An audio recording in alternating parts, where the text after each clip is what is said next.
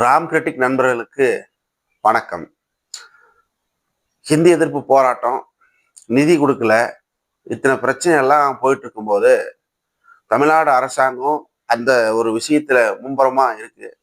அப்படி இருக்கும்போது இங்க பாமகவை சேர்ந்த அருள் ராமதாஸ், சேலம் மேற்கு சட்டமன்ற தொகுதியை சார்ந்த ஒரு சட்டமன்ற உறுப்பினர், அவரு அட்ராசிட்டியாக ஒரு குறிப்பிட்ட கிராமம் பாலக்குட்டுப்பட்டி, முத்துநாயகம்பட்டி, அதாவது ஓமலூர் வட்டத்துக்கு உட்பட்ட அந்த கிராமத்துல பள்ளி கட்டடத்தை அடிக்கல் நாட்டுறதுக்காக போயிருக்கிறார்.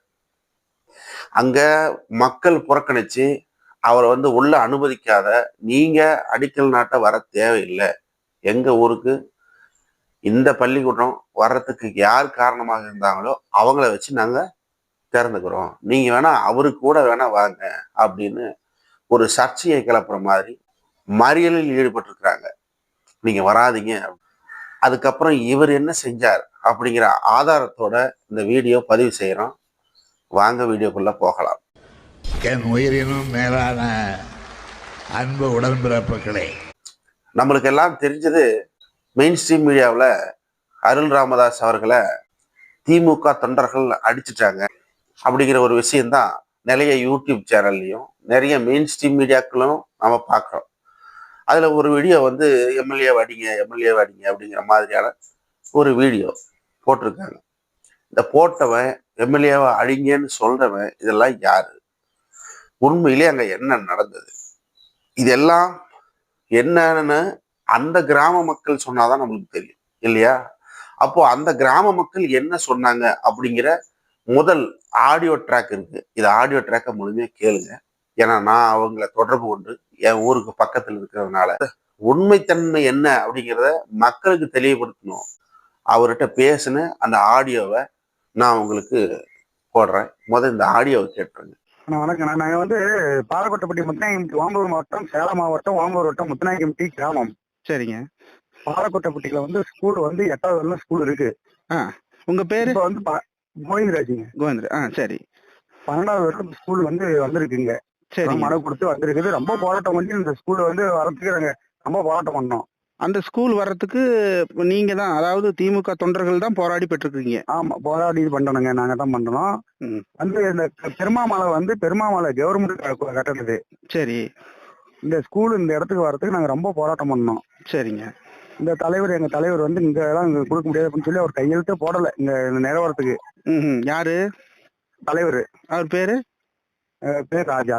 ராஜா. சரி. அது பஞ்சாயத்து தலைவருங்களா அவரு? ஆமா, பஞ்சாயத்து தலைவர். சரிங்க. அப்புறம் ரொம்ப போராட்டம் பண்ணி ஸ்கூல் வாங்கிட்டு நிறைவேறத்துக்கு நாங்க போய் எவ்வளவு இதுக்கு அமௌண்ட் ஆல்ரெடி கேட்டு கொடுக்கல. எந்த கான்ட்ராக்டுக்காரங்க கேட்டுங்க, அமௌண்ட் எல்லாம் கொடுக்க மாட்டேன்னு சொல்லிட்டாங்க. சரி. இதையும் அருள் கேட்டுங்க, தலைவர் கேட்டுங்க, யாருமே அமௌண்ட் கொடுக்கல. இது ஊருக்காரே ஆளுக்கு 2000 3000 போட்டு ஸ்கூல் வாதியாருங்க எச்சமுங்க 1000 2000 போட்டு அங்கெல்லாம் அமௌண்ட் கொடுத்தாங்க. அந்த பிடிஏ குழு எல்லாம் சேர்ந்து பண்ணிருக்காங்க. ஆமா ஆமா ஆமா ஆமா. தலைவர் பிடிஏ நம்ம தலைவர் திமுக தான் பையன். சரி சரி. அவர் தான் இதுக்கு எல்லாமே ரெடி பண்ணி இது பண்ணாரு. ஊர் அஞ்சூர், இந்த மலை அஞ்சூர் கவுண்டரு. அஞ்சூருக்கார் என்ன சொன்னாங்கன்னா, அந்த திமுக தலைவர் நல்லா செஞ்சு அவன் அடுத்த வருஷத்துல இறந்துருவான், நம்ம இந்த பெருமாமலை நிறவனதுனால இறந்துரும் அப்படின்னு சொல்லி ஊரே சாப்பிட்டாங்க அவனை. அவன் அதையும் தாங்கி ஸ்கூல் அவனு இந்த ஸ்கூல் அவன் சொல்லி ராவடி பண்ணி ஸ்கூல் வந்துச்சு. ஸ்டாலின் இது ஒதுக்கிட்டாரு, நேரத்தை இது பண்ணிட்டாரு. பண்டியும் அருள் என்ன இங்க நல்ல பேர் வாங்கறதுக்கோசரம் இங்க அவருதான் பின்னாடி ஒரு படையை கூட்டு வந்துடுறாருல. ஆமா, யூடியூபர் கூட்டு வந்துடுறாரு. அவர் பேர் நல்ல பேர் வாங்கறதுக்கோசரம் கூட்டு வந்துடுறாரு. சரி. இப்ப அவரு ஏற்கனவே ஸ்டாலின் அவர்கள் ஆன்லைன்ல அடிக்கல் நாட்டினாரு. அடிக்கல் நாட்டிட்டாரு. நேத்த முந்தினத்தை ஆட்டிட்டாரு.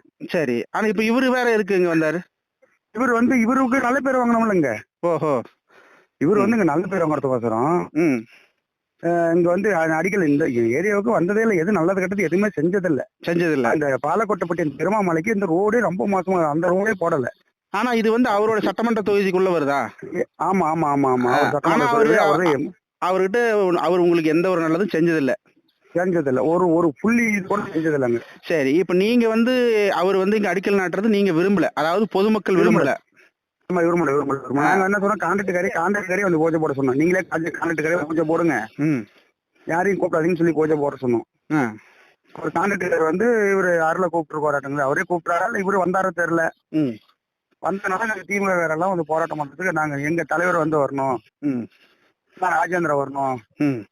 யாரோ ஒரு வந்தா நீ வர வேணாம், நீங்க வாங்க, அவரோட வாங்க. யாரு ராஜேந்திரன் வந்து மாவட்ட செயலாளர் தானே? ஆமா ஆமா, அவரோட வாங்க, அவரோட வந்து நாங்க உங்களுக்கு எதுவும் சொல்ல, நீங்களும் வந்து பூஜை போடுங்க, பூஜை போட வேணாம்னு சொல்லல, ம்.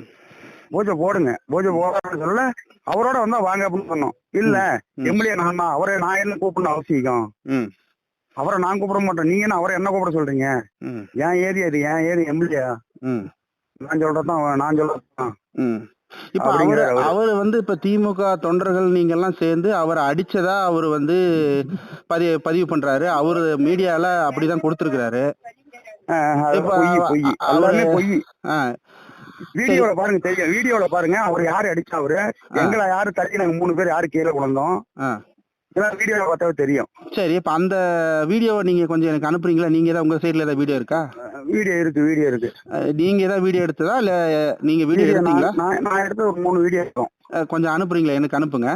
எனக்கு அனுப்பிவிடுங்க. ஆனா உண்மையா அங்க நடந்த சம்பவம் அப்படியே நீங்க என்ன நடந்தது அப்படிங்கறது கொஞ்சம் தெளிவா இன்னும் கொஞ்சம் சொல்ல முடியுமா? அனுப்புறேன் பாருங்க. இல்ல நீங்க அது சொல்ல முடியுமா உங்க வாயால? நீங்க எத்தனை பேர் கூடுனீங்க, அவங்க எத்தனை பேர் வந்தாங்க? ஒரு 200 பேர் வந்தாங்க, ஒரு 20-30 பேர் போனாங்க அவங்க கட்சிக்காரனுங்க. சரி. வந்து இவங்க 2 பேர் ரவுடிகளை கூட்டிட்டு வந்து மிரட்டுற மாதிரி எல்லாம் குதிச்சான், நாட்டு போட்டுன்னு. அப்புறம் குதிச்சுட்டு ஆளு போயிட்டாரு. அப்புறம் அடிக்கல நாட்டமா அந்த செடி நட்டுறாங்களா, பாலச்செடி. ஆமா, அது பாலச்செடி உட்காந்து நெட்டாரு. நாங்க உடனே புடிங்கி எடுத்து செஞ்சிட்டோம். ஓ, அடுத்து நாங்க நட்டுட்டோம்.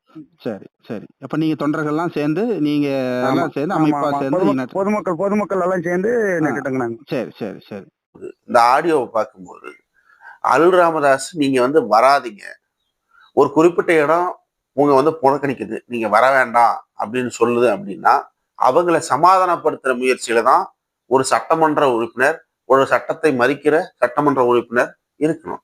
அந்த இடத்துல அவங்கள கன்வின்ஸ் பண்ண வேண்டிய சூழ்நிலையில் இருக்கிற அருள் ராமதாஸ், ஆனா அவங்களையே தள்ளிவிட்டு பெரிய நாடகமாடி இவர் தான் வந்து ஆட்கள் மேல ஏறிக்கிட்டு போறாரு. அப்ப இப்படி போகும்போது அவர் சட்டையை கிழிச்சுக்கிட்டு, கட்சிக்காரங்க சட்டையை கிழிச்சாங்க, திமுக என்ன அடிக்க வந்தது அப்படிங்கிற மாதிரி ஒட்டுமொத்த மெயின் ஸ்ட்ரீம் மீடியாவுடைய கேமராக்கள் எல்லாம் அருள் ராமதாஸ் மேல திருப்புறத்துக்கான வேலை அருள் எம்எல்ஏ வந்து உண்மையிலேயே சேலம் மாவட்டத்திலேயே இந்த சோசியல் மீடியாவை சரியா பயன்படுத்துகிற ஒரு மிக சிறந்த அரசியல்வாதி. நல்ல அரசியல்வாதியா கெட்ட அரசியல்வாதியா அப்படிங்கிற கேள்விக்கு நாங்க விடையா வரல. ஏன்னா தான் செய்கிற வேலையை, ஒரு சின்ன சின்ன வேலையெல்லாம் சோசியல் மீடியாவில் பரப்புறதுல பயங்கரமான ஆளு. நம்மகிட்ட வீடியோ ஒண்ணு இருக்கு. அதுக்கு முன்னாடி அருள் ராமதாஸுடைய தொழில் என்ன, அவர் எப்படி வளர்ந்தார் அப்படிங்கிறதையும் பார்ப்போம். இந்த வீடியோவையும் பார்த்துட்டு வந்துருங்க.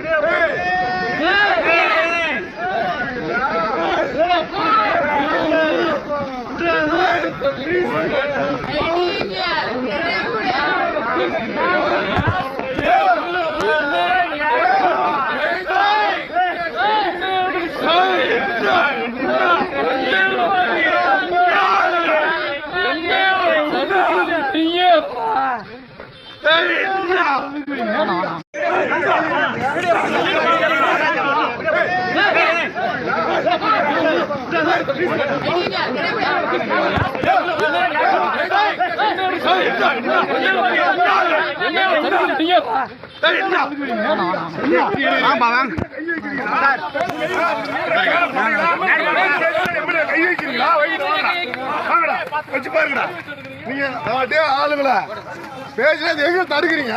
முன்ன எம்எல்ஏ உள்ள வந்தா தடுக்க கூடாது. எங்கடா உங்களுக்கு அதிகாரம் இருக்குது? எங்க பாருங்க எம்எல்ஏ அதிகாரம் இருக்குது. எம்எல்ஏ உள்ள வர்றாருன்னா நீ வா. அருள் ராமதாஸ் வந்து கட்ட பஞ்சாயத்து தான் அவருடைய மிகப்பெரிய தொழில். அதுவும் ரியல் எஸ்டேட் தொழிலில் தான் அவருடைய ஆளுமை அதிகம். சேலம் மாவட்டத்தில் எங்க இருந்தாலும் சரி, இந்த அருள் எம்எல்ஏ மூலமாக தான் அது நடக்கும். இப்போ நீங்கள் வந்து திமுகவில் பெரிய பெரிய தலைகள் இருக்கிறாங்க. அவங்கெல்லாம் இதில் தலையிட மாட்டாங்களா? செல்வ கணபதி இருக்காரு, ராஜேந்திரன் மாவட்ட செயலாளர், சுற்றுலாத்துறை அமைச்சர் இருக்காரு, அவரெல்லாம் தலைவருவாங்களா அப்படின்னா, இவங்க எல்லாம் இந்த மாதிரி ரவுடிசம் பண்ணுகிற பஞ்சாயத்துகளே அவங்க செய்யறதே கிடையாது. செஞ்ச காலமெல்லாம் போச்சு. இப்ப திமுக அந்த மாதிரி ஆட்கள் சேலம் மாவட்டத்தில் யாருமே கிடையாது. அப்போ அந்த மாதிரி சூழலுக்கு அவங்க எப்போதும் செவிசாய்ப்பதே இல்லை. பொதுவான நியாயங்கள், பொதுவான பஞ்சாயத்து பேசுவது உண்டு. அதனால் இந்த மாதிரி தடாலடியாக குண்டர்களை வைத்து பஞ்சாயத்து செய்வது அந்த ஆள் இங்க இல்லை யாரும் அப்படிங்கிறதுனால அந்த விஷயத்தை அருண் ராமதாஸ் கையில் எடுக்கிறார். நீங்க அவர் பொதுவா சொல்றது மக்கள்கிட்ட, அவரை தேடி போற மக்கள்கிட்ட, நான் ஒரு 150 ரூபா வீட்டுல குடியிருந்தேன், வாடகைக்கு, நான் ரொம்ப வசதி இல்லாதவன், எங்க அப்பா ஒண்ணுமே எனக்கு கொடுக்கல, ஆனா நான் இன்னைக்கு ஒரு 100 கோடிக்கு சொத்து சம்பாரிச்சிட்டேன் அப்படிங்கிறாரு. எப்படி 100 கோடிக்கு சம்பாரிச்சாரு தெரியல. அந்த 100 கோடி ரூபாய் சொத்துமே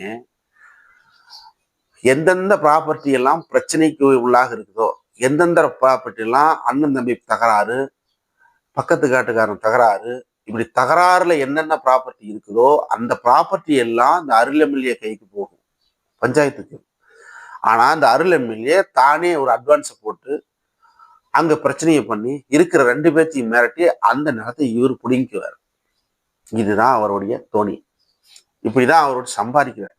இப்படி இருக்கிறவர் தன்னோட அலுவலகத்துல வர்றவங்க கிட்ட எல்லாம் 10 பைசாக்கு வழி இல்லாம இருந்தேன், இன்னைக்கு நான் 100 கோடி சம்பாதிச்சிட்டேன் அப்படின்னு அவரே தன்னை தற்பெருமையா பேசிக்கிறதும் உண்டு. தனக்கு கீழே 150 நர்ஸு வேலை செய்யறாங்க தன்னுடைய ஹாஸ்பிட்டல்ல, மருத்துவமனையில. தன்னுடைய மருத்துவமனையில 150 நர்ஸ் வேலை செய்யறாங்க. ஆனா எங்க அப்பன் பிஏ என் கையிலே தான் அழுநம்பர். இதெல்லாம் மிஸ்மரிசமான பேச்சுக்கள். உண்மையிலேயே ஒரு சாமானிய மனிதன் அருள் எம்எல்ஏ பேச்சை கேட்டா, சே எவ்வளவு கஷ்டப்பட்டு ஒரு மனுஷன் வளர்ந்துருக்கிறாரு, அவரை பார்த்து நம்ம இன்ஸ்பயர் ஆகணும் அப்படின்னு நினைப்பாங்க. ஆனா செய்யறது எல்லாமே நீங்களே அதற்கு ஒரு வார்த்தையும் போட்டுக்காங்க, செய்யறது எல்லாம் டேஷ். இப்போ சமீப காலமா இளம்பள்ளியில ஒரு ப்ராப்பர்ட்டி, ஒரு அப்பாவி குடும்பம், 2 குடும்பம், அவங்களுக்கு ஒண்ணுமே தெரியாது, உலகமே அறியாத அந்த அப்பாவிகிட்ட இருந்து நிலத்தை பிடுங்கிறதுக்கான வேலையே ஒரு பஞ்சாயத்து ஒன்று போயிட்டு இருக்கு. இது மாதிரி பல பேர் அருள் ராமதாஸால பாதிக்கப்பட்டவர்கள் சேலம் மாவட்டத்தில் ரொம்ப அதிகம். இதே அருள் ராமதாஸ் இப்ப பிரச்சனைக்கு உண்டான அதே முத்தநாயக்கம்பட்டி ஏரியாவிலே தான், அந்த கிராம பஞ்சாயத்திலே தான் ஒரு மாரியம்மன் கோயில் பஞ்சாயத்துக்கு போறாரு. அந்த கோயில் பஞ்சாயத்துல போகும்போது எதிர்கட்சியில இருந்து வெறும் பெண்கள் மட்டும்தான் பேச வராங்க. அருள் ராமதாஸ் 2 பேருக்கும் பொதுவான ஆளா தான் போகணும், ஆனா இவர் ஒன் சைடா தான் போறார். அதுவே மிகப்பெரிய குற்றம். இது ஒரு பிரச்சனை இருந்தா வழக்கு தான் சந்திக்கணும். அருள் எம்எல்ஏ பஞ்சாயத்து பண்ண யாரு? அந்த குறிப்பிட்ட அந்த மாரியம்மன் கோயில் பஞ்சாயத்துல பெண்களா வந்திருக்கிறீங்க, உங்க வீட்டுல இருக்கிறவங்க எல்லாம் பொட்டையனுங்களான்னு கேட்டார் அந்த பெண்களை பார்த்து. அவனுங்க யாரும் ஆம்பளைங்க எவனும் இல்லையா அப்படின்னாரு. ஏன் பெண்கள்கிட்ட இவர் பேச மாட்டாரா? அப்படி இல்லை, அன்னைக்கு பிரச்சனை, அங்க பிரச்சனை அடிதடி பண்ணணும்னே போனது. அதை உணர்ந்த எதிர் தரப்பினர் தனக்கு வீட்டில் இருக்கிற பெண்களை எல்லாம் அனுப்பிவிட்டு அந்த பிரச்சனையை ஆஃப் பண்ணணும், சண்டைக்கு போகக்கூடாது அப்படிங்கிற ஒரு தொனியில பெண்களை மட்டுமே அனுப்பிவிட்டு அந்த இடத்த சுத்தமா அப்படியே முடிச்சு விட்டாங்க. தந்திரமாக செயல்பட்டதனால் அந்த இடத்துல மிகப்பெரிய கலவரம் நிறுத்தப்பட்டது. அருள் ராமதாஸ் தொடர்ந்து ஒரு குறிப்பிட்ட சாதியை சார்ந்தவராக இருக்கிறார். அந்த சாதி கட்சிங்க நம்மளுக்கு எல்லாத்துக்கும் தெரிஞ்சுதான், பிஎம்கே என்ன சாதி சார்ந்த கட்சி அப்படின்னு. அந்த சாதியில் இருக்கிற இளைஞர்களை தூண்டிவிட்டு மற்றவர்களுடன் பிரச்சனையை கிளப்புவது தொடர்ந்து செஞ்சுக்கிட்டே வர்றார். ஒரு பிரச்சனைக்குண்டான பகுதி, நீங்க போறீங்க, நீங்க வராதிங்கன்னு சொல்றாங்க. அப்படி சொல்லும்போது நீங்க வம்படியா எதுக்கு நீங்க அங்க போய் கால் போடுறீங்க? 2வது, சீஃப் மினிஸ்டர் ஆஃப் தமிழ்நாடு அதை ஏற்கனவே அடிக்கல் நாட்டியாச்சு. அவர் அடிக்கல் நாட்டின வேட்டி நீங்க நீ பெருசா நான் பெருசான்னு முதலமைச்சருக்கே நீங்க எதிராக செயல்பட்டு நீங்கள் அடிக்கல் நாட்ட வேண்டிய தேவை எங்கிருந்து வருது? அந்த தேவைக்கு நீங்க போகிறதுனாலதான், அந்த இடத்துல நீங்க ஃபோர்ஸ் பண்ணும்போது தான் அங்க இருக்கிற சாதாரண பொதுஜனங்களுக்கும் உங்களுக்கும் தள்ளுமுள்ளு ஏற்படுது. அப்போ பொதுஜனங்களோட ஒரு சட்டமன்ற உறுப்பினர், சட்டத்தை காக்குகிற சட்டமன்ற உறுப்பினர் பொதுஜனங்கள் கிட்ட அநாகரிகமாக நடந்து கொள்வது நியாயமா, நியாயம் இல்லையா? இது மக்கள் பார்வைக்கே வைக்கிறேன். அடுத்து ஒரு நல்ல பதிவுடன் சந்திக்கிறேன். நன்றி, வணக்கம்.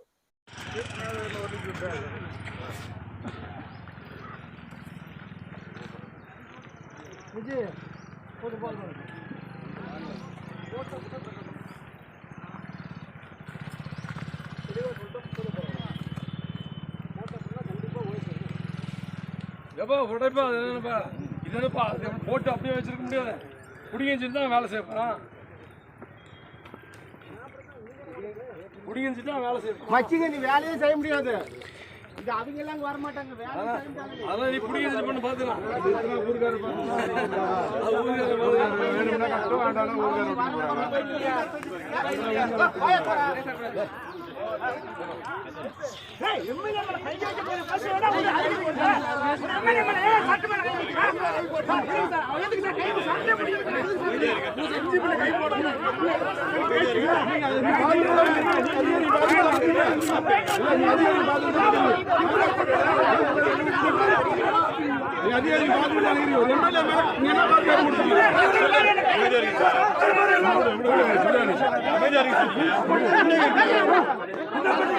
என்ன பண்ணாலும்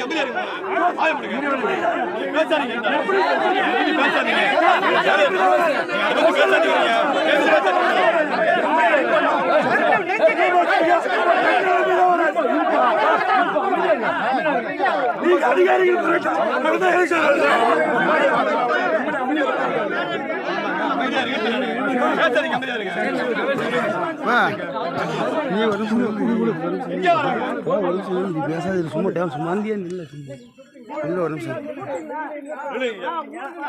வீடியோ ஆன் பண்ணுங்க, ஆஃப் பண்ணுங்க.